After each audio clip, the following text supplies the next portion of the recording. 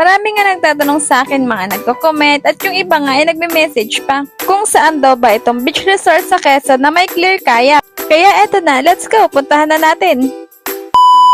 Hello guys, eto na ang ating day 2 ng beach hunting. So let's go! Mga pasyalang hindi mo dapat palampasin ngayong summer.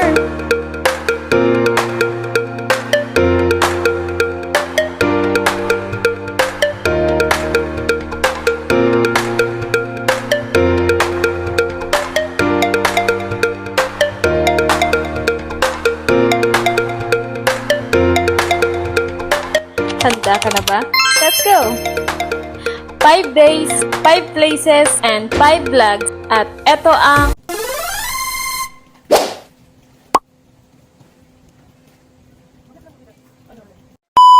andito pa rin nga tayo sa bayan ng San Narciso. Marami nga kasing magagandang beach resort dito. At hindi naman ako makapapayag na isang beach resort lang yung mapuntahan natin. At dito nga yan sa Talisay Beach Resort na matatagpuan sa Barangay Pagdadamayan.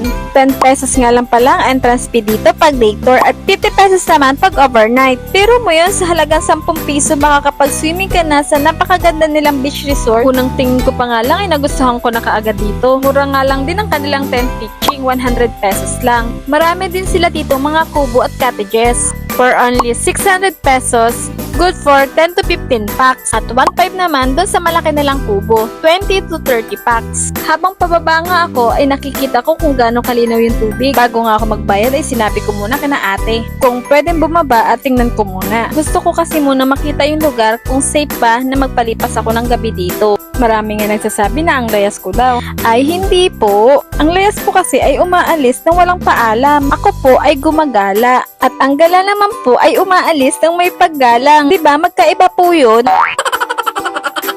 At sa mga nagme-message po sa akin na mag-ingat ako sa pag-alis-alis kasi mag-isa nga lang daw ako. Maraming salamat po sa inyong concern. Ako naman po ay tad-tad ng GPS mula sa mga gamit at sa sasakyan. Na kada minuto may nakaantabay po sa lokasyon ko. Pagdating ko nga rito sa baba ay parang gusto ko na mag-swimming. Medyo marami din yung tao dito. 12:00 na nga ng tanghali niyan kaya super tarik ng sikat ng araw. Sabi ko nga sa sarili ko mamayang hapon na lang ako mag-clear kayak. Kaya lang sabi ni Kuyang Bangkero hindi daw maganda sa hapon magkayak. Hindi tatama yung sikat ng araw sa dagat kaya hindi magiging clear yung tubig. Parang magiging madilim daw sa picture. Bago nga tayo magpatuloy ay gusto ko munang i-shoutout sila Ernie TV Enriquez, Kyrie Reyes, Jay Cortez from San Pablo City, Gilbert Ontalan, at magpasalamat sa aking mga star senders, Sir Nanso Satona, Ian Alberto, Christine Milicor, at Randy Villanueva. Salamat po sa panonood at pagsuporta sa aking ginagawang mga video. Thank you!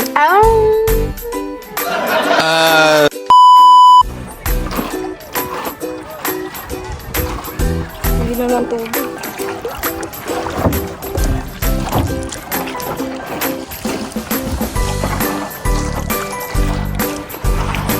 Pagkasakay ko nga sa kayak ay lumayo-layo kami ng konti. Sabi kasi ni Kuya hahanap daw kami ng magandang spot. 250 pesos per head nga pala ang bayad sa clear kayak. For 30 minutes na yon. Hindi nga ako nakakuha ng maraming video dyan kasi nakapokus ako sa dagat. Sobrang linaw naman kasi talaga ng tubig. Kitang-kita mo yung mga shell at mga isda sa ilalim. Tapos pagdating naman namin dun sa spot, si Kuya na may hawak ng cellphone ko kasi siya din yung magiging photographer mo. Meron din pala sila ditong tour. Yung sasakay ka sa bangka tapos inilibot ka nila dito sa isla. Pero dapat marami daw kayo kasi yung bangkang gagamitin ay di motor. Pero super sulit naman nung kasi napakaganda rito. Tingnan nyo naman yung tubig, napakalinaw. Sa totoo lang, ito yung pinakamalinaw na dagat na napuntahan ko sa Quezon. Mahilig ka kasi kami mag-swimming ng family ko. Kaya maiko-compare ko yung mga nalikuan na namin dito sa beach na to. Itong dagat dito ay parang Boracay yung linaw. Kaya kung gusto mo mag-clear kayak, pumunta ka na lang dito sa Quezon. Mura lang ang entrance fee, hindi na nga ako pinagbayad ni ate eh. Pagkakuha nga namin ng ilang picture ay inaya ko na kaagad si Kuya umuwi. Nakalimutan ko kasi magdala ng tubig. Tanghali na niyan, tapos hindi pa pala ako kumakain.